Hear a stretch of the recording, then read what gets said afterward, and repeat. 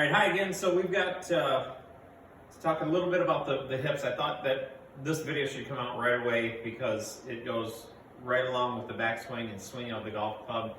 They kind of feed off of each other.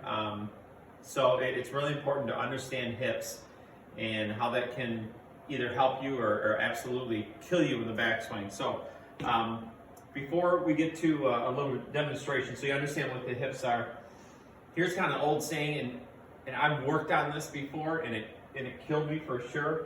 Is the biggest swing with that I hear is don't sway, don't sway, don't sway. Okay, so here's what happens as a result.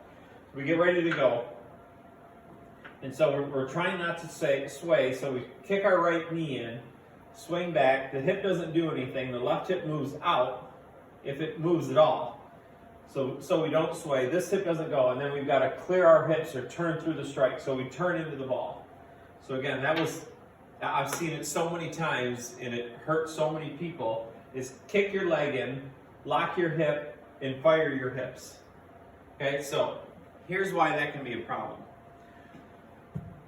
Now, here we've got a simulation of what the hips are doing. So this is left hip, this is right hip for right-handed golfer, and this is the center. This line represents the center. So what I just showed you, here's what happens a lot of times with people. The right hip doesn't move because the leg has locked, or we're trying not to sway. So what happens, either this doesn't move at all, or if it does move, see, the left hip moves out. See, my center just got towards the golf ball. Okay? Then again, firing your hips or clearing your hips, your right hip moves, and we move into the ball again, which is going to force us to either come over the top, the club is going to get caught way behind, and then we've got to catch the face up and pray to God it's square when it gets to the strike. So here's how a really good player will work. This is how most of the tour works.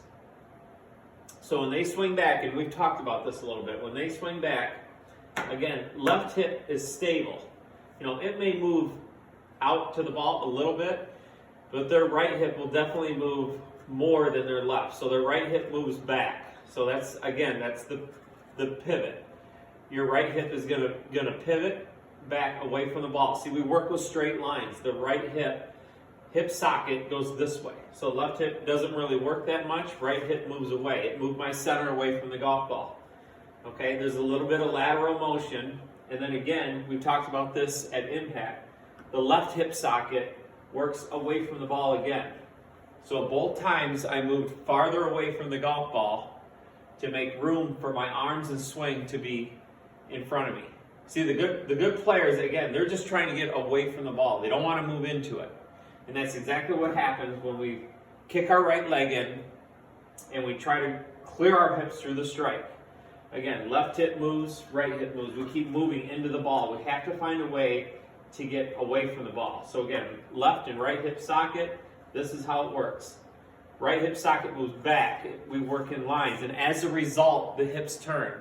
We're not trying to turn our hips. We're just trying to feel like your right hip socket moves back. A little bit of a lateral motion through the strike, left hip moves back. As a result, my hips turn, but I'm getting away from the golf ball so I can get into position. So hopefully that model helps you. The next video will be how we're going to tie that in to the backswing. So we get the arms and hips working together so we're in good position to get into impact.